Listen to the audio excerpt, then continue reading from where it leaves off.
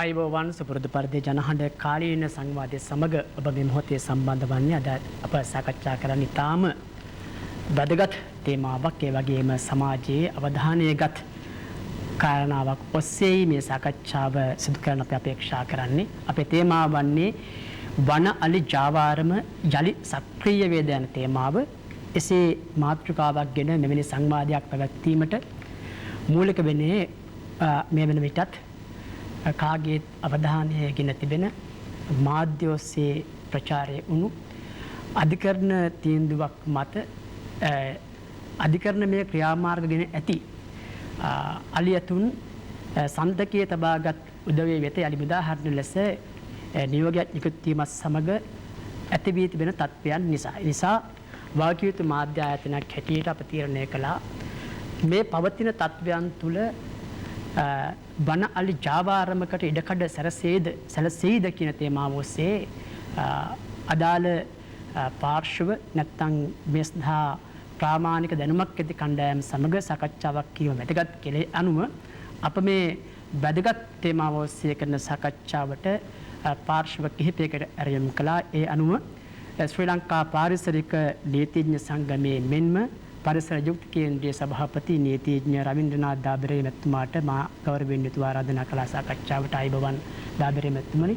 ඒ වගේම ජ්‍යෙෂ්ඨ පරිසරවේදියෙක් වන අපේ රුක්ෂාන් ජයවර්ධන මැතිතුමාටත් අප ගෞරවයෙන් යුතුව මේ සාකච්ඡාවට ආරාධනය කළා අයිබෝවන් ජයවර්ධන මැතිතුමනි. අප මේ කරන විශේෂ සංවාදයට පරිසරවේදී සජීව චාමිකර මැතිතුමත් සහභාගී වෙනවා අයිබෝවන් චාමිකර මැතිතුමනි. ඒ වගේම අප ආරාධනා කළා වනජීවී සංරක්ෂණ සංසදයේ ලේකම් නායක රන්වැල්ල මැතිතුමාට අයිබෝවන් ගරු මැතිතුමනි. අප ඉතාමත්ම ගෞරවයෙන් ආරාධනා කළා වන සත්ව සහ සබා දහම් ආරක්ෂක සංගමයේ වෙනුවෙන් සුපුන් ලහිරු ප්‍රකාශ් මැතිතුමාට අයිබෝවන් ගරු මැතිතුමනි. අයිබෝවන්. අප අද මේ සාකච්ඡා කරන්නේ මා කලින් කී පරිදිම වන අලි ජාවාරම යලි සක්‍රිය වේද මේ කාරණාව පිළිබඳව මා මූලික වශයෙන් සඳහන් කළ ආකාරයට රජයේ මගින් ගැසට් පත්‍රයක් මගින් ප්‍රකාශයට පත් කරන කරුණු අදාළව සහ ඊට අදාළ මේ නඩුහබ වලට යොමු වෙච්ච අලියතුන් සම්බන්ධයෙන් කරුණු අධිකරණ ඉදිරිපත් කිරීම පසු ඒ සතුන් සන්තකයේ තබා උදවියට මුදා හැරීම නිසාම පරිසර හිතකාමී වනසතුන්ට ආදරය ඇති කණ්ඩායම් වල දැඩි විරෝධයක් මතුවලා තියෙනවා මේ ක්‍රියාදාමයන් පිළිබඳව. ඒ නිසාම අප දැක්ක අදත් කොළඹ මහේස්ත්‍රාත් අධිකරණයේ මේ සම්බන්ධ නීතිමය ක්‍රියාදාමයක් සිදු වෙනවා.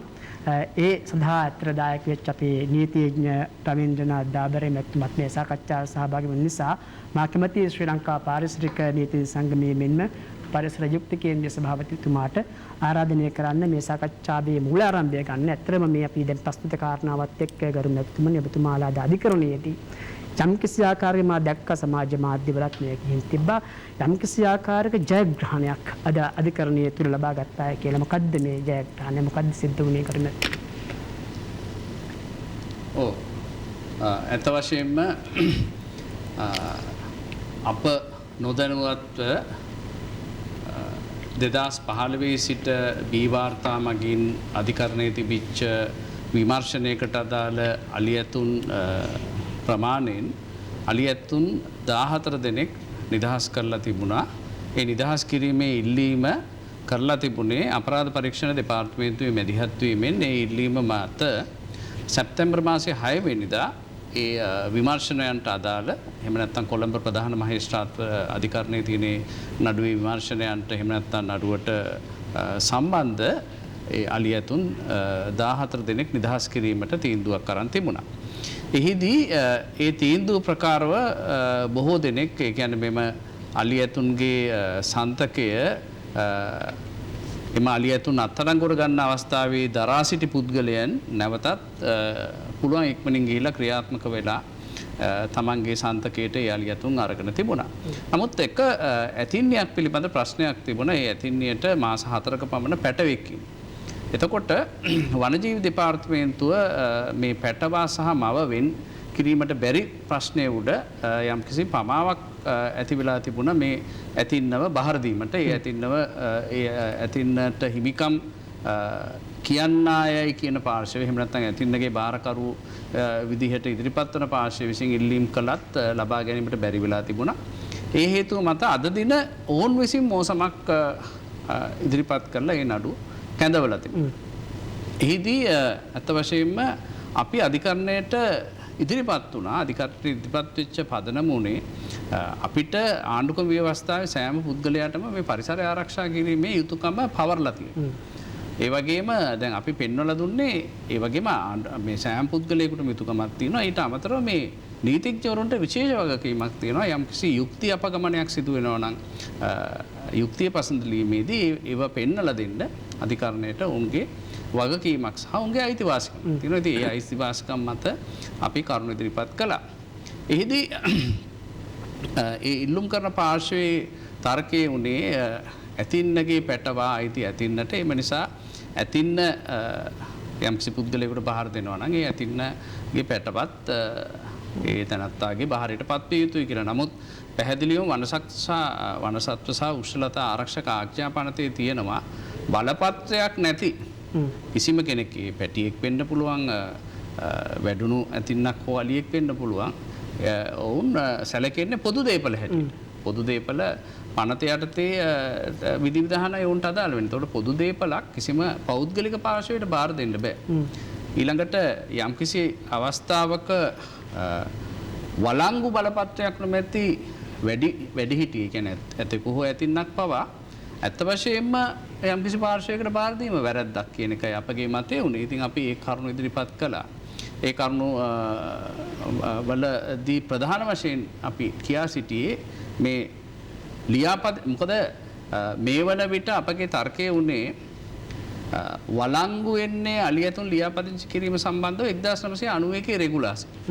ඒ 91 රෙගුලාසි මේ 2021 8/19 රෙගුලාසි සකස් කරනකම් වළංගුයි කියලත් මේ අලුත් රෙගුලාසි එහෙම නැත්නම් 2021 අගෝස්තු 19 වෙනිදා නිකුත් කරපු 22/41/42 ගැසට් එකෙත් තියෙනවා. ඉතින් එහෙමනම් ඒ දක්වා තිබිච්ච සියලුම විධිවිධාන ඒ පරණ ගැසට් 91 ගැසට් පත්‍රයේ ප්‍රකාරව තියෙන්නට ඕනේ. මොකද 91 ගැසට් පත්‍රයේ තියෙනවා පැහැදිලිවම අවුරුදු පතා බලපත්‍රයක් ලබා ගත යුතුයි කියලා අලියෙක් ළඟ තබා ගන්න ඉන්න කෙනෙක් වළංගු බලපත්‍රයක්. එතකොට මේ අවුරුද්දට වළංගු බලපත්‍රයක් නැති කෙනෙක්ට අලියෙක් දෙන්න බෑ. මොකද වළංගු බලපත්‍රයක් නොමැති අලියෙක් හැමතිස්සෙම නීතිය සලකන්නේ පොදු දේපලක් හැටියට. එතකොට වළංගු බලපත්‍රයක් නැතුව වැඩිහිටි අලියෙක් හෝ අලි පැටවෙක් හෝ කිසිම පුද්ගලයෙකුට දෙන්න බෑ රජයේ බාරයට ගන්නවා වෙනකොට. එතකොට අපගේ මූලික අපේ කරුණු ඉදිරිපත් කිරීම පදනම් මොනේ පැහැදිලිවම මේ නීතිය පසුබිම් කරගෙන. මොකද අපේ රටේ නීතියට අපි හැමෝම ගරු කරන්න ඕනේ. නීතියට අවනත වෙන්න ඕනේ. කටයුතු කිරීම නීතියට අනුව සිදු වෙන්නට ඕනේ. ඒ පදනම් මත අපගේ කරුණු ඉදිරිපත් කිරීමට පසුව විනිශ්චයකාරවරයා අද දින ඒ ඉල්ලීම කළ පාර්ශවයේ ඉල්ලීමට ඉඩ ලබා දුන්නේ නැහැ. දබරේ මහත්මයා කිව්වර නීතියේ යම් අපගමනයක් සිදු වෙන අවස්ථාවකදී යුතුයකමක් වාකීමක් තිබෙනවා විශේෂ නීතිඥ ප්‍රජාවට ඒ ගැන අධිකරණයට කරුණු ඉදිරිපත් කරන්න කියලා. දැන් අද මේ ඔබ සිහිපත් කළ කාරණාව ගත්තොත් ගර්මැතිතුමනි දැන් අද මේ අනිත් පාර්ශවය මෝසමක් මගින් කරුණු ඉදිරිපත් කළා තමන් ඉල්ලා සිටියේ පෙර ලබා දුන්නු අධිකරණ නියෝගයක් ප්‍රකාරය කියන්නේ නීතියේ නිසි පටිපාටියට අනුව තමයි ඔවුන් මේ ඉල්ලීම කළේ. ඒතකොට එතන කොහොමද නීතිය අපගමනයක් සිද්ධ වෙන්නේ? මෙහිමයි අධිකරණයක් නියෝග නිකුත් කරනකොට අපි හැමෝම අධිකරණ නියෝග වලට ගරු කරන්න ඕන. නමුත් අධිකරණ නියෝග වල යම්කිසි නෛතික දෝෂයක් තියෙනවා නම් ඒ අධිකරණ නියෝග නැවත අභියාචනය කිරීමේ ක්‍රමවේදයක් තියෙනවා. ඒ වගේම රිවිෂන් එහෙම නැත්නම් ප්‍රතිශෝධනය කිරීමේ ක්‍රමවේදයක් තියෙනවා. ඒ අධිකරණ නියෝග සමාලෝචනය කිරීමේ නෛතික ක්‍රමවේදය නීතිය විසින්ම සකස් කරලා තියෙනවා. ඒ විතරක් නෙමෙයි අපේ නීතියේ තියෙනවා per incurium සිද්ධාන්තය කියලා. ඒ කියන්නේ යම්කිසි අධිකරණයක් විසින් දීපු තීන්දුවක් එම අධිකරණයටම ගිහිල්ලා අපිට පෙන්වලා දෙන්න පුළුවන් නම් මේ ගරු අධිකරණය විසින් මේ තීන්දුව දීමේදී පවතින නීතියක විධිවිධාන නොසලකා හැරලා එහෙම නැත්නම් පවතින නීතියක විධිවිධාන අවධානයට ලක් කරන්නේ නැතුවයි මේ තීන්දුවට එළඹිලා තියෙන්නේ කියලා ඒක එහෙම ඉඩක් නීතියේ තියෙනවා. එතකොට ගරු අධිකරණයටම පුළුවන් සුඛීය මෙහෙවීමෙන් තමන්ගේ තීන්දුව ඉවත් කරන්න. දැන් අත්‍තරම අද මේ සුජීවා කියන නැතින සම්බන්ධයෙන් සහ ඒ පැටවා සම්බන්ධයෙන් එය අද අධිකරණයේ ක්‍රියාමාර්ග සිද්ධ වෙලා ඔබතුමාලා අර කිව්වේ ඒ ඉල්ලීමට ඉඩ ලබා දුන්නේ නැහැ කියලා. දැන් අප දන්නවා අර පෙර අධිකරණ නියෝගය කියලා සැප්තැම්බර් මාසේ 6 වෙනිදා දුන්නු නියෝගයේ ප්‍රකාරව අලියතුන් කිහිප දිනක් මුදා හරින්න කියලා කිව්වා. ඒ අනුව කිහිප දිනක් මුදා හැරලා තිබෙනවා. එතකොට ඒ මුදා හැරපු කට්ටියට මේ අවුරුද්දේ බලංගු බලපත්‍රයක් තිබෙන හින්දාද මුදා හැරලා තිබෙන්නේ. මාගේ දැනුවත් භාවය අනුව මේ අවුරුද්දට වළංගු බලපත්‍රයක් ඒ අලියතුන්ටවත් ඇත්තේ නැහැ. තියෙන්න හැකියාවකුත් නැහැ. මොකද ඒ අලියතුන් සෑහෙන කාලයක් තිස්සේ රජයේ බහරේ හිටියේ. ඉතින් රජයේ බහරේ අවුරුදු ගාණක් හිටිය අලියතුන්ට වළංගු බලපත්‍රයක් තියාගන්න විදිහක් නැහැ. මොකද ඒ බලපත්‍රය තියෙනවා නම් මේ අවුරුද්දේ මුල සිට ඒ බලපත්‍රය තියෙනවා. නමුත් මේ අවුරුද්දේ මුල අපි දන්නවා පැහැදිලිවම මේ සියලුම අලියතුන් රජයේ බහර වෙහිටි. ඉතින් එතකොට ඒ අලියතුන් කිසිවෙක් වළංගු ලෙස ලියාපදිංචියක් සහිත අලියතියෙක් වීමේ හැකියාවක් කොහෙත්ම නැහැ. ඒතර අද ඔබ ගරු අධිකරණ ඉදිරිපත් කළ කරුණු කාරණා එදා ඒ අධිකරණ ඉදිරිපත් කළේ නැද්ද?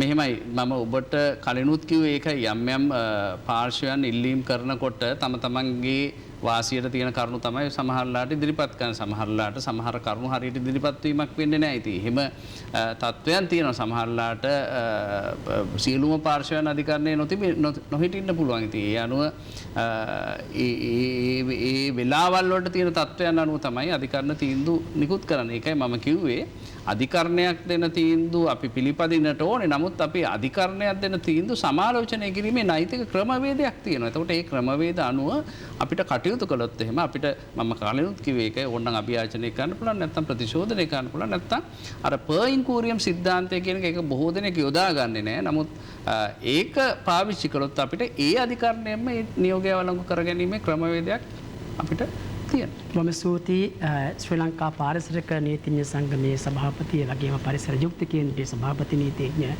රවීන්ද්‍රනාත් දාබරේ මැතිතුමා අදහස් දක්වා සිටියේ. මා කැමැතියි ඊළඟට අපේ ජ්‍යෙෂ්ඨ පරිසරවේදී රුක්ෂාන් ජයවර්ධන මැතිතුමා වෙතින් මෙන්න දැන් මේ අධිකරණ නියෝගයේ ඉන්නත් මේ අලියතුන් නිදහස් කරන්න කියලා තීරණ එන්නත් රුක්ෂාන් ජයවර්ධන මැතිතුමනි මූලික වුණේ මා හිතන්නේ රජයේ විසින් නිකුත් කරපු ගැසට් පත්‍රයක්. ඇත්තටම මේ ගැසට් පත්‍රයේ හරහා මේ වනසතුන් සම්බන්ධයෙන් හඬ නගන පාර්ශ්වයක් හැටියට මොකක්ද වෙන අගතිය ගරු මැතිතුමනි ඔබතුමාගේ විග්‍රහයට අනුව? මේ ගැසට් පත්‍රයෙන් වෙන අගතිය ඒ අහන්නේ දැන් අලියතුන් පොඩ්ඩක් ඒ ප්‍රශ්නය අපවන්න. දැන් අපි කිව්වත් දැන් ගැසට් පත්‍රයක් නිකුත් වුණානේ මේ රජයේ මගින් මේ අධිකරණ මේ ක්‍රියාමාර්ගගෙන ඇති අලියතුන් ඒ සන්තකයේ වෙත යොමු කරන්න කියලා යෝජනාවක් ඉදිරිපත් වෙච්ච. දැන් මේ තුලින් අධිකරණ නියෝගයට පදනම් වුණේ ගැසට් පත්‍රය කියන්නේ. ඔය ගැසට් එකෙන් රජයේ අපි දන්නවා වනජීවී රාජ්‍ය අමාත්‍යතුමාගේ අස්වැන්න යුතුව ගැසට් නිවේදනය නිකුත් වුණා. ඒ පදනම් කරගනිමින් තමයි මා දන්නේ හැටියට කරුණු ඉදිරිපත් කළා තිබෙන්නේ. ඕන් මාස 3ක් ඇතුළත ලියාපදිංචි කිරීම කළ යුතුය කියන කාරණා පදනම්බ. දැන් ඔබතුමාගේ විග්‍රහයට අනුව මෙහි තිබෙන අසාධාරණත්වය මොකද්ද මේ වනසතුන් පැත්තේ? මේ අලියතුන් සියල්ලක්ම කැලෙන්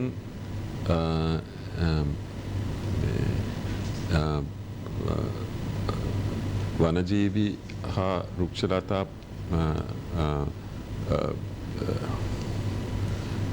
ආඥාපනත කඩ කරමින්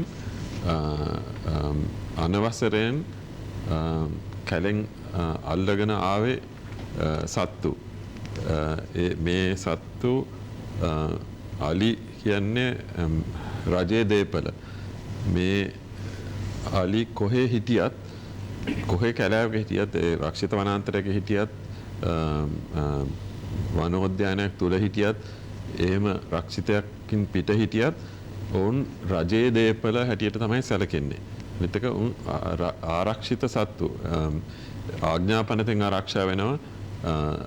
දුර්ලභ ගණයේ සතුන් හැටියට වැටෙනවා. ඉතින් නීති කීපයක්ම අත් වශයෙන්ම රටේ ව්‍යවස්ථාව පවා උල්ලංඝනය වෙනවා මේ සතුන් බලහත්කාරයෙන් නැත්නම් හොරෙන් කැලෙන් ගෙනහල්ලා සන්තකේ තබා ගත්තොත් කාටවත් සන්තකේ තබා ගන්න බැරි දෙයක්. එතකොට ඉන්පසුව මොවුන් රාජසන්තක කරලා තියෙනවා ආණ්ඩුවෙන් මේවා හොරබඩු හැටියට තියාගෙන ඉඳලා තියෙන නිසා. එතකොට මේවා රජයේ භාරයේ තියෙනකොට මේ සතුන් ගැන නඩු පැවරිලා තියෙනකොට ඒ නඩු වලට අදාළ පාර්ශවයන් තාම නඩුවෙන් ඒ නඩුවලට සම්බන්ධව ඉන්නකොටත් මේ සතුනොත් නඩුවලට සම්බන්ධව ඉන්නකොටත් තමයි මෙහෙම ගැසට් පත්‍රයක් නිකුත් වෙන්නේ. එතකොට අත්ත වශයෙන්ම අපි දකින විදිහට මෙතන නීතියේ ආධිපත්‍යයටත් එක්තරා පහරක් එල්ල වෙනවා. ඉතින් අත්ත වශයෙන්ම මේවා හරිහැටි निराකරණය කෙරුවේ නැත්තම් මේ ආඥාපනතෙන් සහ අපේ ව්‍යවස්ථාවෙන් මේ ආරක්ෂා වෙන සත්තුන්ගේ ඉරණම මොකද්ද? මේක එක සිද්ධියක් හැටියට බලන්න බෑ. මේක අනාගතයට ඍජුවම බලපානවා. ඉතින් අත් වශයෙන්ම මෙතන ලොකු වැරද්දක් වෙලා තියෙනවා. දැන් අපි කිව්වොත් දැන් අපි වනේ ඉන්න අල්ලගෙන ඇවිල්ලා ගෘහස්තව අද්දඩි කළා අපි කිව්වොත් හේල අලියතුන් හැටියට අපි හඳුනා ගන්නා අලියතුන් හැදී වැඩි ඉන්නවා. දැන් අපි කිව්වොත් දැන් මෙතන මේ අධිකරණමය ක්‍රියාමාර්ග ගෙන තිබෙන්නේ පහුගිය කාලය තුල පරිසර සංවිධාන වනජීවී සංවිධාන බොහෝ දෙනෙක් කිව්වේ මේ නීති විරෝධීව සන්තකයේ තබා ගන්නා අලියතුන් සම්බන්ධ විමර්ශනය කරලා ක්‍රියාත්මක වෙන්න කියලා. ඒ අනුව තමයි පසුගිය වකවානුව තුල මේ කියන්නා වූ අලියතුන් නීතිය රැහන්ට අරගෙන ඒවා රජයේ භාරයේ තබාගෙන අධිකරණමය ක්‍රියාමාර්ගයක් ගත්තේ. දැන් රුක්ෂාන් ජයවර්ධන මැතිතුමාගේ අත්දැකීම් අනුව දැන් අපේ රටේ හීල අලියතුන් කියලා වෙනම කණ්ඩායමක් ඇති වෙන්න ක්‍රමයක් තිබෙනවාද? ඒක අපිට පැහැදිලි කරලා දෙන්න. ඇත්ත වශයෙන්ම හීල අලියතුන් කියන්නේ කැලෙන් අල්ලගෙන ඇවිල්ලා ඒ කියන්නේ මේ කාලාන්තරයක් තිස්සේ ඓතිහාසික දැන් අවුරුදු 1000ක් 2000ක් කාලේ ඉඳලා කැලෙන් අල්ලගෙන ඇවිල්ලා හීලා කරපු සත්තුන් තමයි මේ ගෘහස්ත නැත්තම් හීලා අලි කියලා නම් කරන්නේ. හැබැයි ඇත්ත වශයෙන්ම ඔවුන් ඒ සත්තු වනජීවීන්. කැලෑවේ ඉඳලා කැලෑවට හුරු වෙච්ච ජානමය අතින් කිසිම කැලෑවේ ඉන්න අලි සහ හීලෑ කියලා අලි අතර කිසිම ජානමය වෙනසක් නැහැ. ඒ අලි අපි මිනිස්සුયો හැටියට හීලෑ කරලා අපිට ඕන විදියට ජාන කලවම් කරලා හදාගත්තේ සත්තු නෙමෙයි. ඒ කියන්නේ බලල්ලු, බල්ලෝ, කුකුල්ලු වැනි සතුන් නෙමෙයි. ඒ කියන්නේ ඒ සම්ම කරන්න බෑ ඒ සත්තුන්ගේ ප්‍රමාණය උන්ට අවශ්‍ය. ඒ කියන්නේ අලියා කියන්නේ කෙලින්ම අපිට පේනවා විශේෂ සතෙක්. එතකොට එහෙනම් අලියා අශ්වයෙක් වගේ සතෙක්ද? නෑ. අශ්වයා කියන්නේ අපිට ඕන විදියට අපි අවුරුදු 100 ගණනාවක් උන් කැලෙන් අල්ලගෙන ඇවිල්ලා අපිට ඕන විදියට අපි උන්ගේ ජාන ඇත්ත වශයෙන්ම අපිට ඕනේ අංග ලක්ෂණ එන්න උන්ව දෙමුහුම් කරලා හදපු සතුන්. ඉතින් ඒ නිසා කැලෙන් අල්ලගෙන ආවේ අලියයි මේ ගෘහස්ත වෙනත් සතුන් බල්ලෝ බලල්ලු වැනි සතුන් සම කරන්න බෑ. එතකොට ඒකේ තියෙන අනිත් ප්‍රශ්නය තමයි කැලෙන් අල්ලගෙන ආවේ ඕනෑම සතෙක් හීලා කරන්න ඊටාම දැඩි වදහිංසන සහිත ක්‍රියාමාර්ග ගන්න ඕනේ. ඒවා මහජනයට පෙනුනේ නැති වුණාට ඒක යථාර්ථයක්. ඒ හැම සතාම එවැනි දුක් හිංසාවලට පීඩනවලට භාජනය වීමෙන් තමයි හීලෑ සතෙක් හැටියට පත් කරන්නේ. විශේෂයෙන්ම අලියෙක් වගේ විශාල සතෙක් ඌට තියෙන ශක්තියයි ඌට තියෙන ස්වාධීන ගති ලක්ෂණයි අනුව හීලෑ කරන්න යනකොට නොයෙක් අපි අද තේරුම් අරගෙන තියෙන ක්‍රූර ක්‍රම පාවිච්චි කරන්න වෙනවා. මේවා කාලාන්තරයක් තිස්සේ කෙරුවා කියලා ඒවා අද දවසේ හරි කියලා කියන්න බෑ. ඉතින් ඒක එකක් අනිත් එක මේට කලින් නිකුත් කරපු ගැසට් පත්‍රයකිනුත් හීලෑලින්ට අවශ්‍ය ගයිඩ්ලයින්ස් නැත්තම් ප්‍රතිපාදන මාර්ගෝපදේශ වර්ගයක් හදලා තියෙනවා. හැබැයි ඒවා අපි විශ්ලේෂණය කෙරුවොත් හුඟක් ඒවා මේ ක්‍රූරයි කියලා සැලකෙන දේවල් ඇත්තට නීති අනුකූල කිරීමක් මිසක් සතාගේ පැත්තෙන් හානිය අඩු නැත්තම් සානුකම්පිතව බලලා හදපු දේවල් නෙමෙයි. ඉතින් අත් වශයෙන්ම නීතියානුකූල කරන්න පුළුවන් නීති සමහරවිට නීති විරෝධී දේවල් වුණත් නීතියක් ගෙනහල්ලා නීතියානුකූල කරන්න පුළුවන්. ඒත් මේ හැම දෙයක්ම බලපාන්නේ කැලෑවෙන් අල්ලගෙන සත්තුන්ට. ඉතින් එතන තමයි තියෙන ලොකුම ගැටලුව. බොහොම ස්තුතියි ජ්‍යෙෂ්ඨ පරිසරවේදී රුක්ෂාන් ජයවර්ධන මැතිතුමාගේ අදහස අපි මේ අද සාකච්ඡා කරන්නේ වන අලි ජාවාරම යලි සක්‍රිය වේද කියන තේමාව ඔස්සේ මම හිතන්නේ ඒකට පදනම් වෙච්ච කාරණා මා මූලිකව විග්‍රහ කළා. මම කැමති අපේ පරිසරවේදී සජීව චාමිකර මහත්මයා වෙත මේ සමග යමු වෙන්න. අපේ රුක්ෂාන් ජයවර්ධන මහත්මයාගෙත් මා කරුණු කාරණා කිහිපයක් විමසා සිටියා. ගැසට් නිවේදනය පිළිබඳවත් ජනතාවට තරම් අවබෝධයක් තිබෙනවාද කියලා අපි දන්නේ නැහැ. නමුත් ඒ අදාළ ශේෂ් වල කට්ටිය පිළිබඳ පරිශීලනය කරලා තිබෙ ඔබතුමා වුණත් මම දැක්කා බොහෝ මාධ්‍යවල සමාජ මාධ්‍ය ඔස්සේ මේ ගැසට් නිවේදනයේ තිබෙන කරුණු කාරණා සහ අධිකරණ නියෝගය පිළිබඳව අදහස් ඉදිරිපත් කරලා තිබෙනවා. දැන් සමහරවල්ලාට බැලුව බැලමට ගැසට් නිවේදනයේ කියවගෙන යනකොට මේ සම්බන්ධ ඉදිරිපත් වෙච්ච ඒකේ සමහර තැන් තියෙනවා සාමාන්‍ය සත්වයාගේ හිංසාවෙන් තොරව වරක බලා ගන්න ඕනේ ආදී වශයෙන් කරුණු කාරණා තිබෙනවා. සමහරවිට හොඳ තැන් තියෙන්න පුළුවන් නරක තියෙන්න පුළුවන් පෙන්වා දීම අප කාගෙත් වගකීමක්. දැන් ඔබතුමා අත්දැකීම් ඇති පරිසරවේදියෙක් හැටියට සජීව චාමිකර මැතිතුමනි ඔබතුමාගේ අදහස් මොකද්ද මේ කෙටි කාලය තුළ සිද්ධ වෙච්ච මේ විපර්යාසයන් පිළිබඳව? දැන් අපි මෙතෙන්දී සාකච්ඡාවට ලක් කරන්න ඕන කරන කරුණු කිහිපයක් තියෙනවා.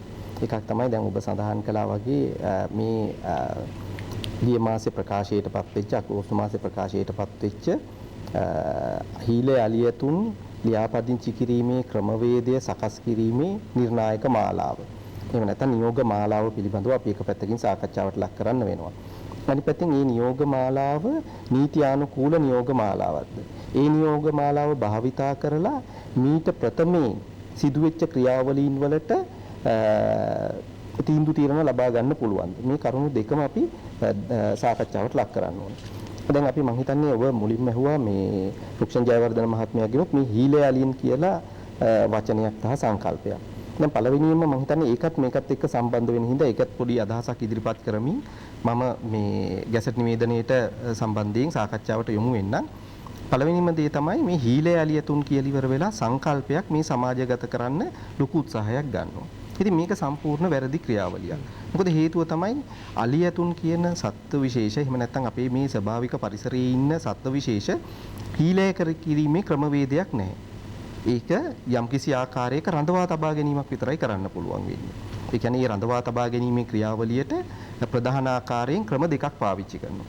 එක ක්‍රමයක් තමයි ඒ සතුන් මානසිකව බිඳවැටීම පළවෙනිම එක. දෙවෙනි එක තමයි භෞතිකව සහ එහෙම නැත්නම් අපි කියනවා ශාරීරිකව බිඳවැටීම. මේ ක්‍රම දෙක හරහා තමයි ඕනෑම වනසතෙක්ව ගෘහාශ්‍රිතව රඳවලා තියාගන්නේ. එතකොට අලියතුන්ටත් මේක පොදුයි. දැන් අපි දන්නවා අලියතුන් මේ රඳවලා තබා ගැනීමේ ක්‍රියාවලියට අපිට ඕන විදිහට හසුරවන්න පළවෙනියෙන්ම කරන දේ තමයි මේ සතුන් දැඩි හිංසනයකට ලක් කරලා දැඩි ශාරීරික වේදනාවකට ලක් කරලා මානසිකව ලොකු බලපෑමකට ලක් කරලා මේ සතුන්ව හිර කරලා තබා ගැනීම. මේ ක්‍රියාවලිය සඳහා ශාරීරිකව විවිධ ආකාරයේ හිංසනයන් පාවිච්චි කරනවා.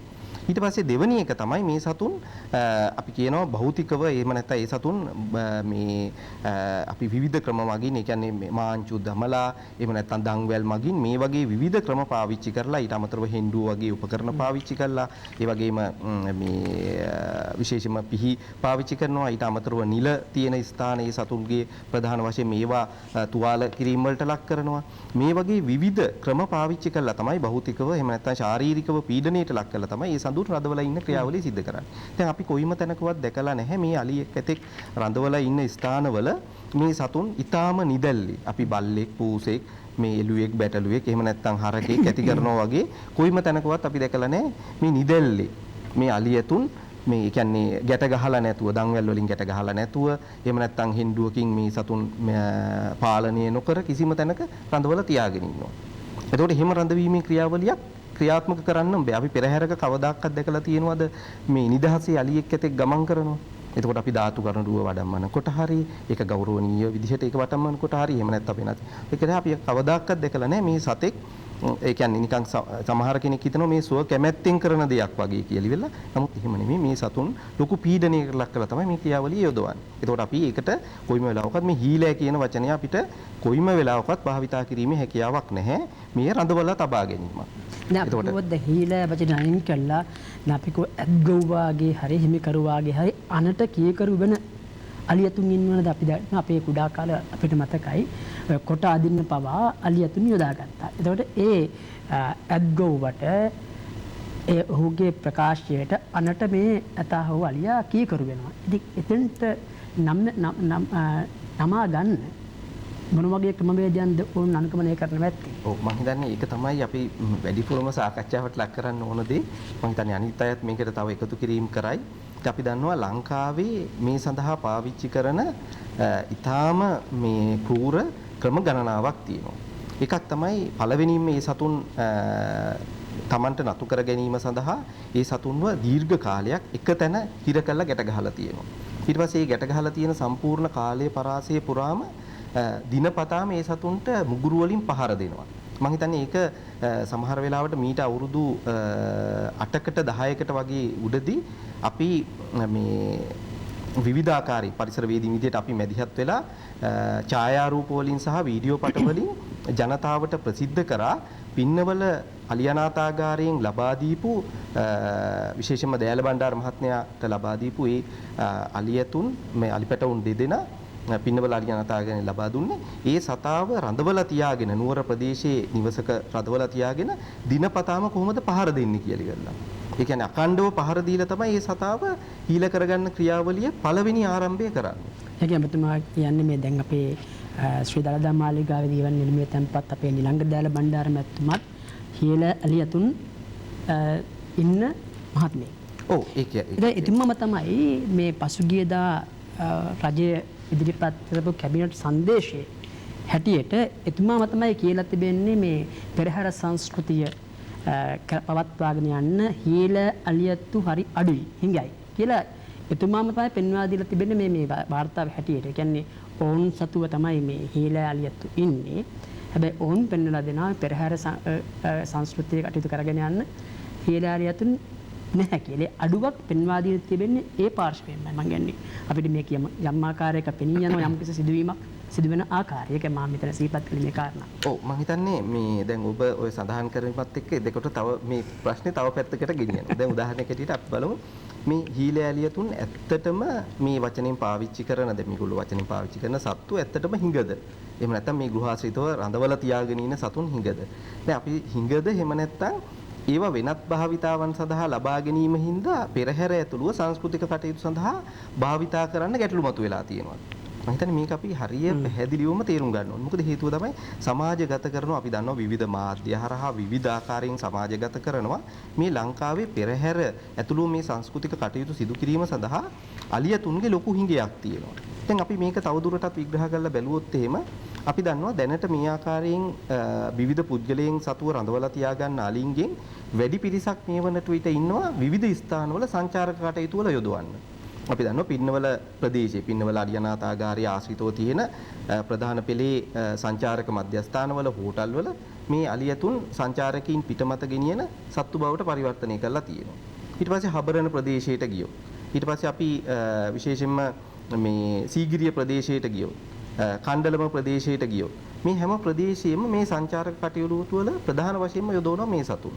ඊට අමතරව අපි දන්නවා රත්නපුර සහ ඒ ආශ්‍රිත මේ ප්‍රදේශවල ගත්තාම විශේෂයෙන්ම හොර දෙවජාවාරම සඳහා ඔබ කිව්වා වගේ දෙවජාවාරම සඳහා මේ අලියතුන් පාවිච්චි කරනවා. මොකද හේතුව තමයි මේ සතුන් වනාන්තර රක්ෂිත වනාන්තර තුල මේ ඊටාම සූක්ෂමව ගස් කපලා ඉවරලා දිය පහරවල් දිගේ පෞද්ගලික ඉඩම් වලට ඇද ගැනීම ඒ වගේ දේවල් වලට තමයි මේ සතුන් යොදවන්නේ. එතකොට මේ යොදවන සතුන් සංචාරක කටයුතු වලට යොදවන සතුන් සහ හොර දෙවජාවාරම සඳහා යොදවන අලියතුන්ව කොයිම වෙලාවකවත් සංචාරක මේ පෙරහැර ඇතුළුව සංස්කෘතික කටයුතු වලට භාවිතා කරන්න ඉතාම අඩුයි.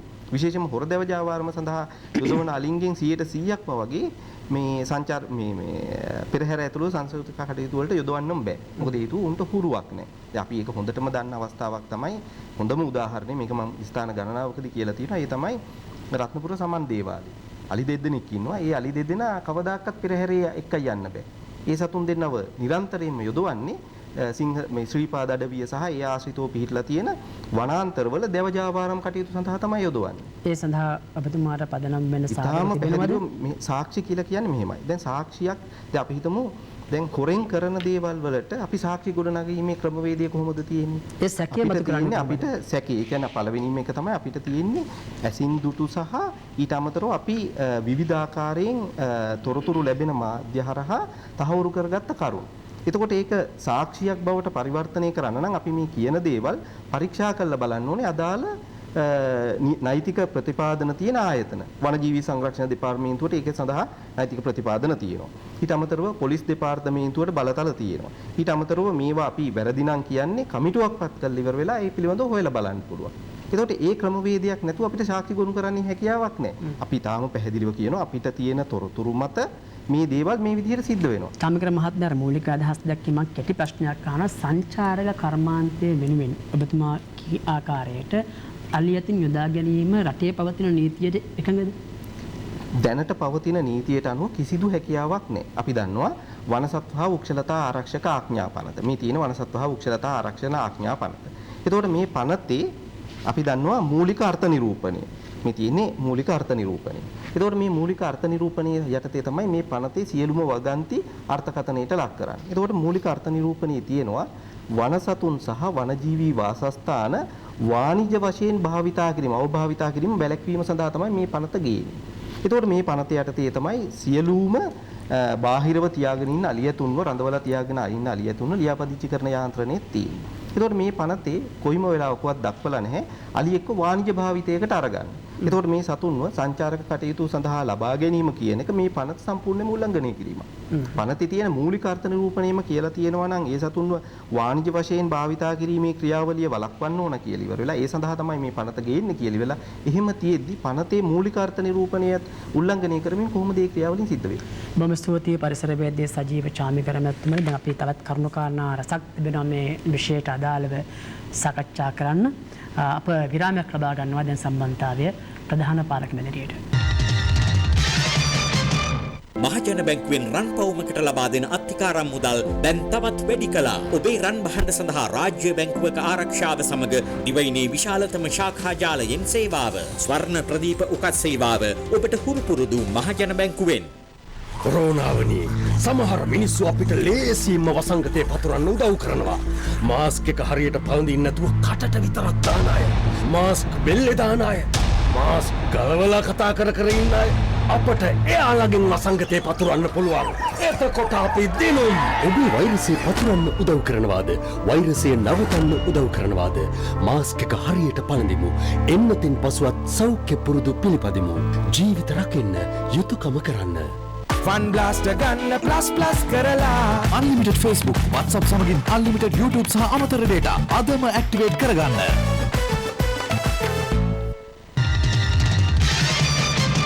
වනාලේ ජාවාරම යලි සක්‍රිය වේද අපේ තේමාව එයයි අපිට ඊට පදනම් වෙච්ච කාරණා පිළිබඳව අප මූලික වශයෙන් අදහස් ඉදිරිපත් කරමින් ප්‍රකාශයට පත් කළා. මා කැමති මීළඟට මේ සාකච්ඡාවේ අදහස් දක්වන්න ඉඩ දෙන්න වනජීවී සංරක්ෂණ සංසදයේ ලේකම් නායක රන්වැල්ල මැතිතුමාට කර මැතිතුමනි මාර කැමති සජීව චාමිකර මැතිතුමා කිව්වා අර මූලික පනත තුල නම් අලියතුන් සංචාරක ව්‍යාපාරයෙන් නැත්නම් වාණිජමය කාරණා වලට ඈඳා ගැනීම යොදවා ගැනීම නීති විරෝධී කියලා. අර අලුතෙන් ඊයේ පෙරේද ගැසට් නිවේදන නිකුත් කළානේ. එහි තිබෙන කරුණුත් එක්ක ඒ මූලික පනත සංසන්දනය කළාම ඒ තත්ත්වයන්හි වෙනසක් දක්නට ලැබෙනවද කියන කාරණා පිළිබඳව මම කැමැති විමසා සිටිනවා. ඔව් මම හිතන්නේ මේ ප්‍රථමයෙන්ම මම ස්තුතිවන්ත වෙනවා TNL ආයතනයට මේ අවස්ථාව අපිට ලබා දීම පිළිබඳව. ඒ වගේම මම ගෞරවයෙන් මෙහිදී රවීන්ද්‍රනාත් දාබරේ නීතිඥතුමා මතක් කරනවා. මොකද එතුමා විශිෂ්ට කාර්යභාරයක් ඒ නීතිඥවරු සියලු දෙනා ඉෂ්ට කළා. අඩු ගානේ අපි එක ඇතින්නක් හවෝ බේරා ගැනීමේ හැකියාව මේ මොහොතේ ලැබිලා තියෙනවා. ඒක මම හිතන්නේ විශාල භාග්‍යයක් කියලා පරිසර සංරක්ෂණ වේදීන් විදියට. කෙසේ වෙතත් මේ ගැසට්ටුව සම්බන්ධයෙන් කතා කළොත් එහෙම මේකේ අපි මූලික වැරදි කාරණා එහෙම නැත්නම් වැරදි ප්‍රවේශ ගණනාවක් දකිනවා. පළවෙනි එක තමයි රාජ්‍ය අමාත්‍යවරයා තමයි මේ ගැසට් නිවේදනයේ රත්සන් තබා තිබෙන්නේ. සාමාන්‍යයෙන් අපි දන්නා පොදු නීතිය අනුව කැබිනට් අමාත්‍යවරයා තමයි මෙවැනි ගැසට් නිවේදනයක් සම්බන්ධයෙන් විශේෂයෙන් මතභේදාත්මක ගැසට් නිවේදනයක් සම්බන්ධයෙන් අත්සන් තැබිය යුත්තේ. නමුත් අභාග්‍යයකට මෙහිදී රාජ්‍ය අමාත්‍යවරයා තමයි ඒ අත්සන යොදා තියෙන්නේ. දෙවෙනි කාරණේ හැටියට අපි දකිනවා මේ ගැසට් නිවේදනයේදී අපි ඇත්තටම 1991 දී තියෙන ප්‍රතිපාදන අනුව තමයි අලි ලියාපදිංචි කිරීම සිද්ධ කරමින් ආවේ. එහිදී පැහැදිලිව සඳහන් වෙනවා යම් අලියෙක්ගේ උපත සඳහන් කරන්න ඕනේ. එහෙම නැත්නම් මොන පාර්ශවයෙන් දාවේ, සත්තු උද්‍යානයකින් දාවේ, පින්නවලින් දාවේ, වෙනත් තැනකින් දාවේ මේ උපත පිළිබඳව පූර්ව වශයෙන් සාකච්ඡා කිරීම 91 ප්‍රතිපාදන යටතේ සනාථ කරලා තියෙනවා. ඒ අනුව තමයි මේ සියලුම අලි මේ තියෙන ඇත්තට මේ ඒ ලියාපදිංචි ලේඛන ලංකාවේ අලි සම්බන්ධයෙන් මේ සියලුම ලේඛනගත කරලා තියෙන්නේ ඒ විදිහට මව්පියා කවුද කියන එක සඳහන් කරලා එහෙම නැත්නම් පින්වලින් ලැබුණා නම් ඒ අදාළ දේ සඳහන් කරලා. පළවෙනි වතාවට මේ ගැසට් එකේ සඳහන් වෙනවා එවැනි සම්භවයක් පිළිබඳව තොරතුරු නොදන්නා වුණත් මේ ගැසට් එක අනුව ලියාපදිංචි කිරීමේ හැකියාව ලබා දෙනවා. ඉතින් ඒකෙන්ම අපිට තේරෙනවා හොරාට කලින් කැනපනිනෝ වගේ මේ මව්මරා හෝ වෙනත් ක්‍රමවේද ඔස්සේ ඊටාම ක්‍රූර ලෙස වනාන්තර වලින් අල්ලා ගන්නා ලද පැටවුන්ව වංචනිකව හිතාමතා දැනගෙන ලියාපදිංචි කිරීමේ අරමුණින් තමයි මේ ගැසට් නිවේදනය ස්ථාපිත කළේ කියලා මේ රාජ්‍ය අමාත්‍යවරයා අත්සන් කළා. මේ පහුගිය අගෝස්තු මාසයේ 19 වෙනිදා ප්‍රකාශයට පත් කරපු. ඒකට මා කියන්නේ 1991 ඔව් ගැසට් නිවේදනය මගින් ලියාපදිංචි කිරීමේ ක්‍රමවේදයක් තිබ්බා කියලා. ඒක පිළිගන්නවද? ඔව් දැන් ඒ ගැසට් කිරීමේ ක්‍රමවේදය අපි පිළිගන්නවා. ඒක ඒ විතරක් නෙමෙයි. ඒක ඊට පස්සේ ඒක යම් ඕල්ටර්නේෂන්ස් එහෙම නැත්නම් වෙනස්කම් සිද්ධ කළා. ඒක 2009 දීත් වෙන ආකාරයට ඒක මේ ඒ පනත වෙනස් වීම හරහා වනසත්තා වෘක්ෂතා ආඥා පනත අනුව යම් සංශෝධන එකතු වෙලා තියෙනවා. අපි ඒක පිළිගන්නවා. හැබැයි අපි කියන්නේ මෙතන පොදු මතය නෙමෙයි මම කියන්නේ ඒ ගැසට් නිවේදනයේ ප්‍රකාරව කොහොමද ලියාපදිංචි සිදු වෙන්න ඕන? දැන් ඒකේ ඒ ගැසට් නිවේදනයේ තියෙනවා ඒ කාලේ තිබිච්ච විද්‍යාත්මක දෝෂ පිළිබඳව ඒ ගැසට් නිවේදනයේ තියෙනවා. දැන් උදාහරණයක් ගත්තොත් එමේ ඒකේ අපි විශ්වාස කරනවා දැන් අද කාලේ නූතන තාක්ෂණික ක්‍රමවේද අනුව යම්කිසි මවක් හෝ පියෙක් හෝ තියෙනවා නම් මේ සියලුම අලින්ගේ දැන් මේ තියෙන්නේ ඇත්තට මේ අලින්ගේ ආකෘති පත්‍රවල මේ ඡායා පිටපතක්. දැන් මේක තමයි අලිය හඳුනා ගන්න පාවිච්චි කරපු ඒ කාලේ තියෙන මේ ක්‍රමවේදය. දැන් මේකේ අලියාගේ ලක්ෂණ අලියාගේ ලියාපදිංචි අංකේ තියෙනවා, වයස තියෙනවා, විශේෂ ලක්ෂණ කියලා දාලා තියෙන්නේ යම්කිසි මේ හැමේ තියෙනා වූ කැනල් පිළිබඳව. දැන් ඒවා ලෝකේ යල්පැන ගිය ක්‍රම. දැන් ඇත්තටම DNA සාම්පලයක් අරගෙන මේ සතාගේ සහ මෙයාගේ මවගේ DNA සාම්පල එක්ක සැසඳෙනවද කියලා එවැනි විද්‍යාත්මක ක්‍රමවේදයක් තමයි අපි යෝජනා කළේ කාලෙක ඉඳන්. ඒ වගේම චීපයක් ඔවුන්ගේ ඇඟ ඇතුළට සවි කිරීමේ හැකියාව තියෙනවා. දැන් මොකද සාමාන්‍යයෙන් අපි දන්න ඔය සිල්වාරවාන වගේ එන මත්ස්‍යීන්ගේ පවා එවැනි චීප සවි කළා තියෙනවා. ඉතින් මේ වගේ ඒ ගැසට් නිවේදනයේ මම කියන්නේ 100%ක් නිවැරදි නෑ. ඒ කියන්නේ ඒකේ තාක්ෂණික දෝෂ තියෙනවා. හැබැයි තාක්ෂණික දෝෂ තිබ්බට මේ පවතින ගැසට් නිවේදනය කළා තියෙන්නෙම මේ අගෝස්තු මාසයේ 19 වෙනිදා කරපු ගැසට් නිවේදනයේ හිතාමතාම මම කිව්වේ මේ මව්පියා නැති ඒ කියන්නේ වනාන්තර වලින් දැන් ඇත්තටම මම මේ සඳහන් කරනවා දැන් මේ තියෙන්නේ නිමල් එඩ්වඩ් දිසානායක මහත්මයා හිටපු විශ්‍රාමික ශ්‍රේෂ්ඨ අධිකරණ විනිසුරුවරයෙක් මේ සම්බන්ධයෙන් තිබිච්ච මේ කමිටු වාර්තාවේ මේ මූලික ලියවිල්ල ඒකේ පැහැදිලිව සඳහන් වෙනවා මේ පැටව ගත්තේ මව් ඇතින්නට වෙඩි තබා ඇය මරා දැමීමෙන් පසුව නිර්වින්දනයේ බෙහෙත් විඳ මව් ඇතින්න අකර්මණ්‍ය කිරීමෙන් පසුව අලි පැටියාට නිර්වින්දන බෙහෙත් විදීමෙන් අකර්මණ්‍ය කිරීමෙන් පසුව උඩෝලව ඇත්තතුරු සෙවණින් පුනරුත්ථාපනය කිරීමෙන් පසුව කැලයට මුදාහරන අලි පැටවුන් අල්ලා ගැනීමෙන් ඒ වගේම වනජීවි සංරක්ෂණ දෙපාර්තමේන්තුවේ නිලධාරීන්ගේ අනුමැතිය ඇතිව හෝ නැතිව පුනරුත්ථාපන කිරීමට ඇත්තතුරු සෙවණ වැනි රැඳවුම් මධ්‍යස්ථානවල අලි පැටියන් අල්ලා ගැනීම. ඉතින් මේ ඊටාම ක්‍රූරකම මව් ඇතින්න මරණ එකත් මව් ඇතින්නගෙන් පැටියා වෙන් කරන එකත් ඊටාම ක්‍රූරකම. ඒ ක්‍රූරකම ඔස්සේ ගත්ත මේ වංචනික මේ ඇත්තට මේ වංචනිකයෝ ගත්තාලි. මොකද මේ අලි හොරාලි නෙමෙයි. මොකද මේ අලි පැටවුන්ට කරන්න දෙයක් නැහැ. ඒගොල්ලන්ගේ අම්මත් මරලා දාලා ඒ අලි නෙමෙයි හොරාලි. මේ හොරු තමයි මේ වංචනික පාර්ශවය. ඉතින් ඒගොල්ලන් ගත්ත මේ සම්භවය සඳහන් නොකරන්න කියලා මේ ගැසට් එකේ ඒක ගැන සඳහන් නොකිරීමෙම පේනවා මේ අලි පැටවු ටික හිතාමතා වංචනිකව ලියාපදිංචි කර ගැනීමේ අර්ථයෙන් තමයි කියලා මේ ගැසට් නිවේදනය එලි දැක්වේ. ඒතකොට ඒක එකක්. ඊළඟට ඔබතුමා මෙතන මේ මගේ අතුරු ප්‍රශ්නයක් දැන් මේ අර මේ කැබිනට් සංදේශයේ ඒ තියෙන කාරණා එකින් එක මම මේ ඔබතුමාගෙන් දැනගන්න අහන්නේ. දැන් 1991 5/14 දිනති 662න් 4 දරණ ගැසට් පත්‍රයේ කාරණාය ලියාපදිංචි සම්බන්ධ ඉදිරිපත් වෙලා තිබෙන්නේ. දැන් මේ කැබිනට් සංදේශ ඉදිරිපත් කරමින් සඳහන් කරලා තිබෙනවා ඒකේ තියෙන්නේ මේ ඒ ගැසට් පත්‍රය බලංගු නැහැ කියලා. ඒ බලංගු නොවන හේතුව හැටියට මොවුන් දක්වන්නේ මේ පාර්ලිමේන්තුවේ සම්මත වෙලා නැහැ කියලා. දැන් ඒක නම් ඔවුන්ගේ තර්කය මේ ගැසට් පත්‍රයත් මේ පාර්ලිමේන්තුවේ සංශෝධනය හෝ මේ කතා බහට ලක් වෙලා නැහැ. ඊළඟට මගේ ඊළඟ ප්‍රශ්නයත් ඒක තමයි මම බැලුවේ. දැන් අධිකරණ නියෝගය ඇවිල්ලා තිබෙන්නේ මේ ගැසට් පත්‍රය ප්‍රකාරව. නමුත් දැන් අර ගැසට් පත්‍රය ඊට පස්සේ පාර්ලිමේන්තුවට මේ මම හිතන්නේ ඒක අපේ රවීන්ද්‍රනාත් මහත්මයා පැහැදිලි කරයි ඒක උත්තරයක් දෙන්න. හොඳයි. දැන් ඔබ සඳහන් කරන මේ 662 ඇලීරක් 4 1991 මැයි 14 වෙනි අඟහරුවාදා නිකුත් කරපු ගැසට් පත්‍රයේ පැහැදිලිවම තියෙනවා approved by parliament කියලා ගාමිණී අතුකෝරණ මහත්මයා අත්සන් කළා.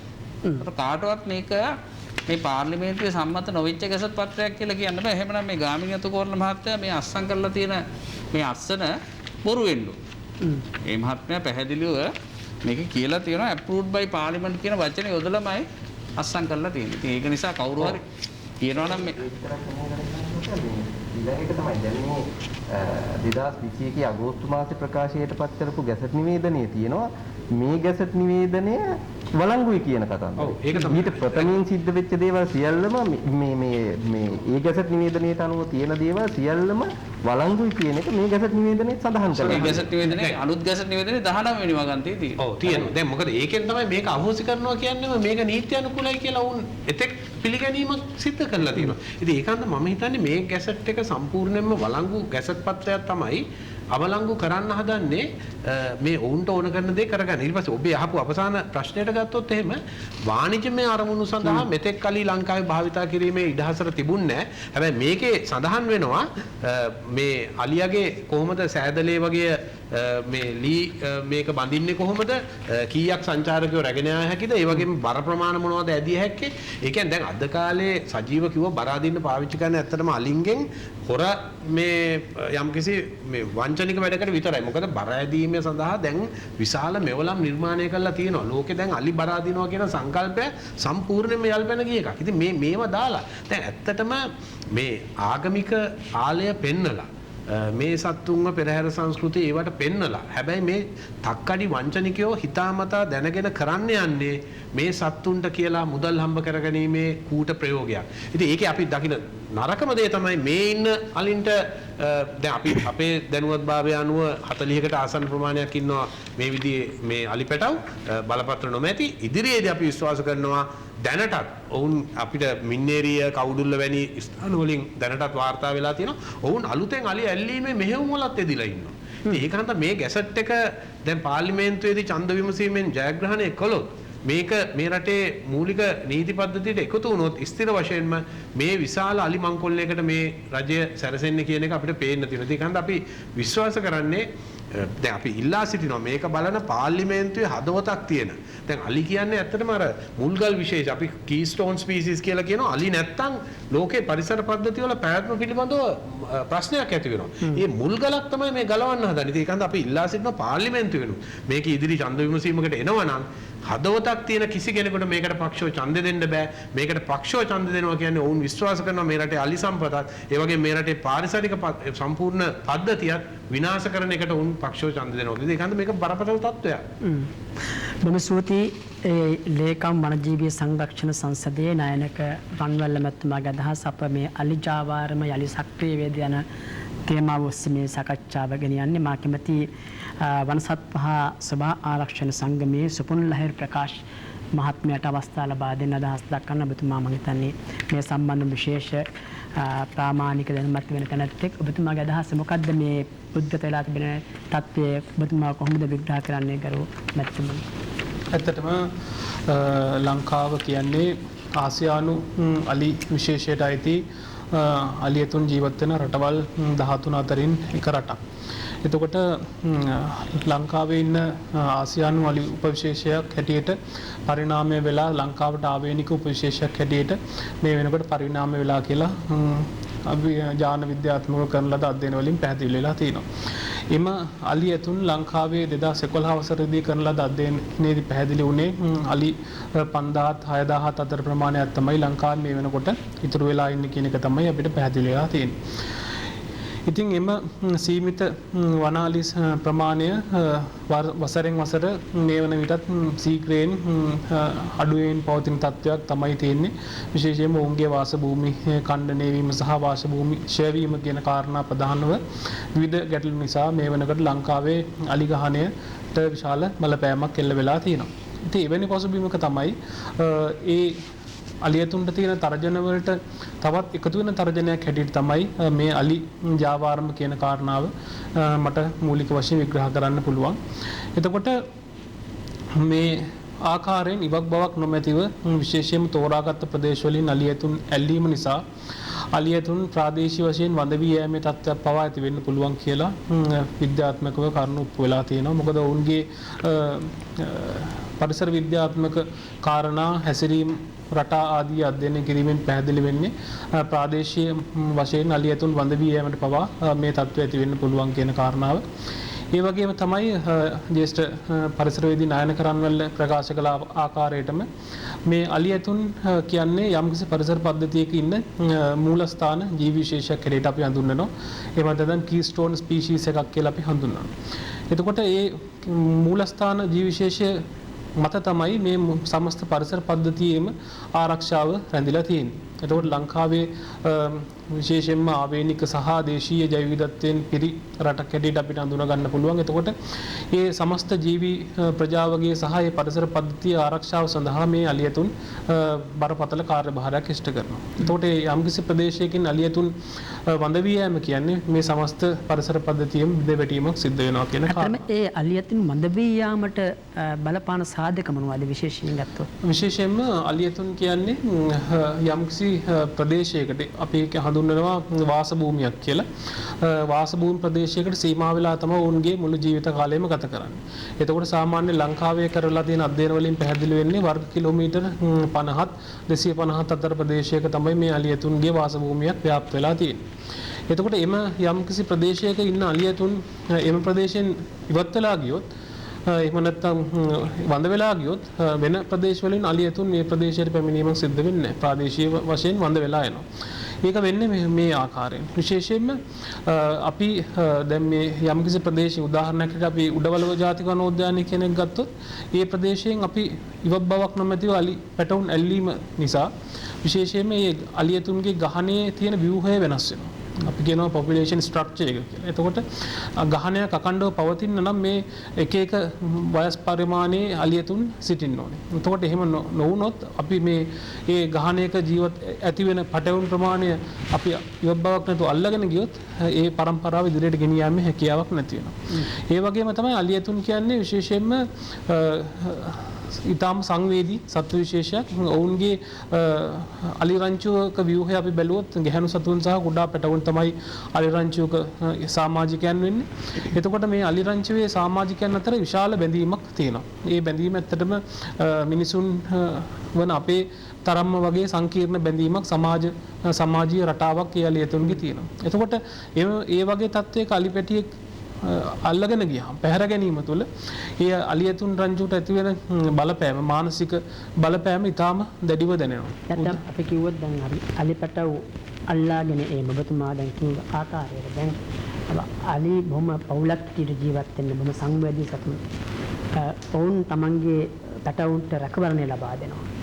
අලිත් එක්ක හැප්පිලා තමයි පැටව ගන්නව නම් ගන්න ඕනේ ජාවාරම් කාර්යය. ඉතින් අච්චර ආරක්ෂාවක් දෙන පැටවෙක් කොහොමද මේ ජාවාරම් කරුවොත් කියන මිනිස්සු කියලා අපි හිතන්නේ කොහොමද මේ පැටවව අරගෙන එන්නේ මිදිලා අර ගහන්නේ?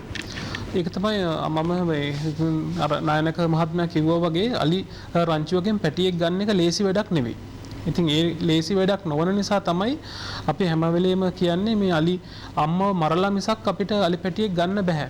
ඒකට හේතුව තමයි තමන්ගේ ජීවිතය පරදුවට තබමින් තමන්ගේ දරුවන් ආරක්ෂා කරගන්න අලි රංචුවක් විශේෂයෙන්ම ඒ අලි අම්මා විතරක් නෙවෙයි ඒ සමස්ත අලි රංචුවම කැප වෙලා කටයුතු කරනවා. ඒ වෙනි තත්ත්වයක තමයි අපි ඒ වෙනි කණ්ඩායමකින් අලියෙක් ලබා ගන්නවා කියන්නේ අනිවාර්යයෙන්ම ඒ රංචුවට විශාල බලපෑමක් කරන්න ඕනේ. එහෙම මරලා එහෙම නැත්නම් නිර්වින්දනය කරලා වගේ ඊටාම ක්‍රූර සහ මානුෂික ක්‍රම මගින් මිසක් ඊටාම සරලව අපිට කැලේට ගිහිල්ලා අපිට අලි පැටියෙක් දෙන්න කිව්වට අලි රංචුවක් කවදාවත් දෙන්නේ නැහැ. අනිවාර්යයෙන්ම අලි පැටවෙක් මේ බඩෙන් අල්ලගන්න වෙන්නේ මේ බඩුණු අලියෙක්ව කවදාවත් ගහන්න කියලා කරන්න බෑනේ. එහෙනම් අපි දැන් කියලා අලියතුන් සංගම් වල හරි දැන් මෙතන එක්දා කළ ආකාරයට අපේ නිලංග දාල බණ්ඩාර මහත්මයාගේ හරි නැත්නම් වෙන කෙනෙක්ගේ හරි සන්තකේ අලියෙක් ඇතෙක් ඉන්නව නම් ඒ කුඩා කාලේ වනයෙන් අල්ලාගෙන ආපු කෙනෙක්ම විය යුතුයි. නැත්නම් වෙන කෙනෙක් වෙන්න බෑ. වෙන්න බෑ. ඒ කියන්නේ විදේශීය රටවලින් ලංකාවට ලැබිච්ච ප්‍රධානයන් හැටියට ලැබිච්ච අලියතුන් කීප දෙනෙක් ඉන්නවා. ඒ ඇරෙන්න අතීතයක් පුරාම ගොඩක් වෙලාවට ලංකාව සිද්ධ වෙලා තියෙන්නේ වනාන්තර වලින් අලිය එල්ලීම තමයි සිද්ධ කරලා තියෙන්නේ. ඔබ දන්නවා ඇති 1950 වගේ කාලේදී පනාමුරේ ලංකාවේ අවසාන ඇත්ගාල පැවැත්ුණා. ඒකෙදිත් කරලා තිබුණ කරන්නේ කැලේ ඉන්න අලි රංචු පිටින් ගාලකට කොටු කරලා අල්ල ගැනීම. ඊට පස්සේ ගාල් පවත්වාගෙන යාම එදා නිත්‍යානුකූලව ඒ කාලේ නිත්‍යානුකූලව තිබුණා. මොකද ඒකට හේතුව ලංකාවේ වනජීවි සංරක්ෂණය පිළිබඳව ලොකු ගැඹුරු හැදෑරීමක් ඒ වෙනකොට තිබුණ නැහැ. නමුත් ඒක කාලයත් එක්ක පරිණාමය වීමේ ප්‍රතිඵලයක් හැටියට තමයි ඒ වගේම අලියතුන් ගහනේ සීග්‍රයෙන් පහළ වැටීමේ ප්‍රතිඵලයක් හැටියට තමයි අපි තීරණය කරන්නේ තවදුරටත් රජයක් හැටියට පරිසරවේදීන්ගේ සහ ඒ විද්‍යාඥයින්ගේ අදහස් එක්ක අලියතුන් මේ ආකාරයෙන් ස්වභාවික පරිසර පද්ධතියෙන් ඇල්ලීම සිදු නොකළ යුතුයි කියන ප්‍රතිපත්තිමය තීරණය අපි ගන්න. බොහොම ස්තුතියි වනසත්ත්ව සහ සභාරක්ෂණ සංගමේ සුපුන් ලහිරු ප්‍රකාශ් මහත්මයාගේ අදහස් අප මේ අද සාකච්ඡා කරන්නේ වන අලි ජාවාරම යලි සක්‍රිය වේද කියන තේමාව ඔස්සේ මේ පවතින නැත්නම් මතුව තිබෙන තත්ත්වයන් එක්ක අප නැවත විරාමයක් ලබා ගන්නවා දැන් සම්බන්ධතාවයේ ප්‍රධාන පාලක මැදිරියට. ඩෙබිට් කාඩ්, මොබයිල් සහ ඉන්ටර්නෙට් බැංකින්, කාඩ්ලස් කෑෂ් සමග දැන් විනාඩි 10කින් account එකක් ඕපන් කරන්න. People's Bank digital banking සමග එක්වන්න. හොඳ වෙලාවට දැනගත්තේ. දෙකක් බොන වෙලාවත් වැඩේට ගියේ නෑනේ. People's Bank digital banking නියම නිදහසකට. කොරෝනාවනි අපිට වසංගතය පතුරන්න උදව් කරන කට්ටියක් ඉන්නවා. ඇස කට නාසය අල්ලන මිනිස්සු. සබන්නතු අත් හොදන අය, හැමෝගෙම පරිස්සමට පහසුකම් ලබා නොදෙන අය. අපිට යාළගෙන් වසංගතය පතුරන්න පුළුවන්. එතකොට අපි දිනුම්. ඔබ වෛරසය පතුරන්න උදව් කරනවාද? වෛරසය නවතන්න උදව් කරනවාද? තත්පර 20ක්වත් සබන් යොදා අත්සෝදමු. එන්නතින් පසුවත් සෞඛ්‍ය පුරුදු පිළිපදිමු. ජීවිත රකින්න යුතුයකම කරන්න. මහජන බැංකුවෙන් රන් පවුමකට ලබා දෙන අත්තිකාරම් මුදල් දැන් තවත් වැඩි කළා. ඔබේ රන් බහඬ සඳහා රාජ්‍ය බැංකුවක ආරක්ෂාව සමග දිවයිනේ විශාලතම ශාඛා ජාලයෙන් සේවාව. ස්වර්ණ ප්‍රදීප උකත් සේවාව ඔබට හුරු පුරුදු මහජන බැංකුවෙන්. අන්තර්ජාලය ෆයිබර් සමගින් බලකැන් වෙන තැන ඉස්සර වගේ නෙවෙයි. දැන් අධ්‍යාපනයට බාධා ප්‍රමාද නැති අන්තර්ජාලය ඉස්සර වගේ නෙමෙයි. දැන් පින්තූරවල පැහැදිලි බවේ උපරිමය ඉස්සර වගේ නෙමෙයි. දැන් වේගයට අධිවේගී අධිබලය ශ්‍රී ලංකාවේ ප්‍රථම වේගවත්ම සහ පුදුම ප්‍රීමියම් ෆයිබර් අන්තර්ජාලය SLT Mobitel Fiber දේශීය ෆයිබර් බලවේගය. වනාලි ජාවාරම යලි සක්‍රිය වේද අපේ තේමාවයයි මා කැමති මේ ළඟ අවස්ථාව නැත්නම් මේ වටේ මුල් අවස්ථාව යලි ලබා දෙන්න ශ්‍රී ලංකා පාරිසරික නීතිඥ සංගමයේ සහ පරිසර යුක්ති කේන්ද්‍රීය සභාපති අපේ නීතිඥ රවීන්ද්‍රනාත් දාබරේ මැතිතුමාට දැන් මා කැමති ඔබතුමාගේ මූලික වශයෙන් මේ දැනගන්න. දැන් අපි කිව්වොත් අර ඔබතුමා කිව්වා මේ කැබිනට් සංදේශය සම්බන්ධයෙන් මම කරුණ ඉදිරිපත් කළා. අර 91 ගැසට් නිවේදනයේ බල රහිතයි කියලා පාර්ලිමේන්තුවේ සම්මත නොවිච්ච නිසා ඒ නිසාම මේ වගේ නීතියේ රැහන්ට ගත් අලියතුන් රඳවා තබා ගැනීම සාධාරණ නැහැ කියලානේ මෙතන ඉදිරිපත් වෙලා තිබුණේ. නමුත් 91 ගැසට් පත්‍රය ඔබතුමා කියනවා ගාමිණී කොරලා ගමතුමාගේ අස්සන තිබෙනවා.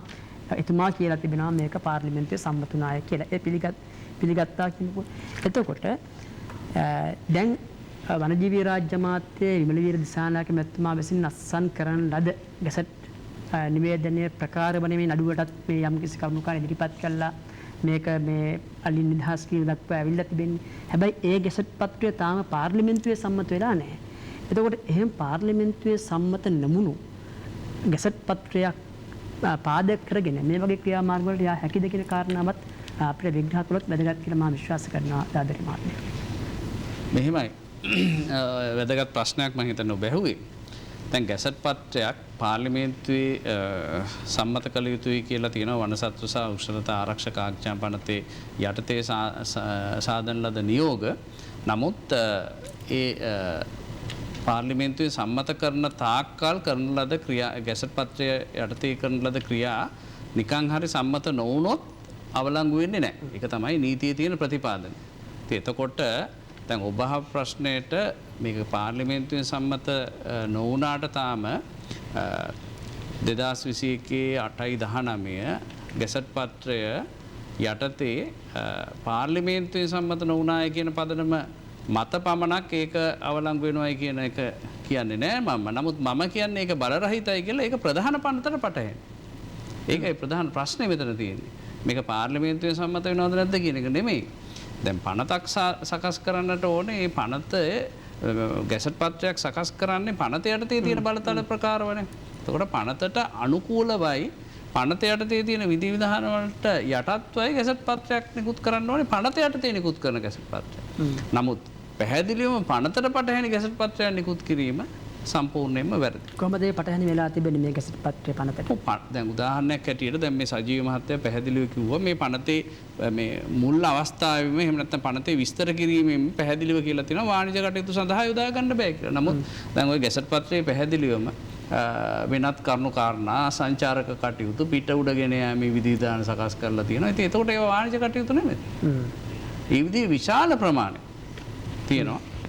මේ පනතට පටහැනි දැන් පැහැදිලිවම පනතේ තියෙන්නේ සංස්කෘතික කටයුතු සඳහා සහ ආගමික කටයුතු සඳහා පමණයි මේ අලියතුන් යොදා ගන්න පුළුවන් කියලා. ඉතින් ඊට වඩා සම්පූර්ණ පටහැනි තත්ත්වයක් තමයි මේ අලුත් ගැසට් පත්‍රය නිර්මාණය කරලා තියෙන්නේ. දැන් අලුත් ගැසට් පත්‍රයේ විශේෂයෙන්ම මේ පනතේ 22 වෙනි වගන්තියේ තියෙනවා කිසිම පුද්ගලයෙකුට විශේෂයෙන් මේ පනතේ 22 වෙනි වගන්තිය තමයි අලියතුන් ලියාපදිංචි කිරීම සම්බන්ධව වැදගත් වෙන්නේ. එතනදි තියෙනවා 22 වෙනි වගන්තියේ ඒ කියන එකේ 12 වෙනි උපවගන්තියේ පැහැදිලිවම තියෙනවා යම්කිසි අලියෙක් හෝ ඇතෙකු බලපත්‍රයක් නොමැති කෙනෙක් නම් පොදු දේපල පනත යටතේ කටයුතු කරන්න ඕනේ 1982 අංක 12 පනත යටතේ. නමුත් දැන් එවැනි සත්වෙක් ලියාපදිංචි කිරීම සඳහා විධි විධාන සකස් කරලා තියෙනවා මේ ගැසට් පත්‍රය. ඒතර මේක පනතට පටහැනි. ලියාපදිංචි මේ පොදු දේපල පනත යටතට වැටෙන දෙයක් ලියාපදිංචි කරලා තව පුද්ගලයෙකුට දෙන්න ක්‍රමවේදයක් නැහැනේ. ඒක මේ ඒ විදිහේ කරුණු කාරණා මම හිතන්නේ විශාල ප්‍රමාණයක් තියෙනවා. මේ ගැසට් පත්‍රයේ මේ පනතට පටහැනි. දැන් මේ අලුත් ගැසට් නිවේදනයේ ඒ ලියාපදිංචි කිරීම සම්බන්ධයෙන් ක්‍රියාදාමයක් තිබෙනවානේ. ඔව්. එතකොට මීට කලිනුත් ලියාපදිංචි කිරීමේ ක්‍රමයක් තිබුණානේ. තිබුණා. ඒතර ඒක ඒ මූලික පනතට පටහැනිද? නෑ අපි 91 වෙනි 1991 ලියාපදිංචි කිරීමේ ගැසට් පත්‍රයේ ප්‍රධාන ලක්ෂණ අපි දකින්නේ නෑ පනතට පටහැනි ප්‍රධාන ලක්ෂණ කිසිවක්. ඒකෙත් ලියාපදිංචි කිරීම සඳහා ක්‍රමවේදයක් තිබුණාට ඒකේ සංචාරක කටයුතු හෝ වෙනත් වාණිජ කටයුතු සඳහා යොදා ගැනීමට එහෙම ඉඩකඩක් සලසලා තියෙනවා අපි දකින්නේ නැහැ. නමුත් මේ පනත සම්පූර්ණයෙන්ම නීති විරෝධී සන්තකයක් සහිත අලියතුන් නීත්‍යානුකූල කිරීම සඳහා විධිවිධාන සකස් කරලා තියෙනවා. මොකද මේ පොදු දේපලක් හැටියට සලකලා පොදු දේපල පනත යටතේ දඬුවම් ලැබිය යුතු පුද්ගලයින්ව නීත්‍යානුකූල අලියතුන් හිමිකරුවන් බවට පත් කිරීමේ ක්‍රමවේදයක් හඳුන්වලා තියෙනවා මේ අලුත් ගැසට් පත්‍රයේ. එවැනි ක්‍රමවේදයක් හඳුන්වා දීම පනතට පටහැනි. දැන් මේකේ දැන් සමහර දැන් මේකේ ඇත්ත වශයෙන්ම මේකේ තියෙන්නේ දැන් මේ ගැසට් පත්‍රයේ තියෙන්නේ ආරම්භයේම හීලෑල ඇතුන්ගේ ආරක්ෂාව සහ සුබසාධනයේ සැලසීම කියලා තියෙනවා. නමුත් එහෙම පටන් අරගෙන මේකෙන්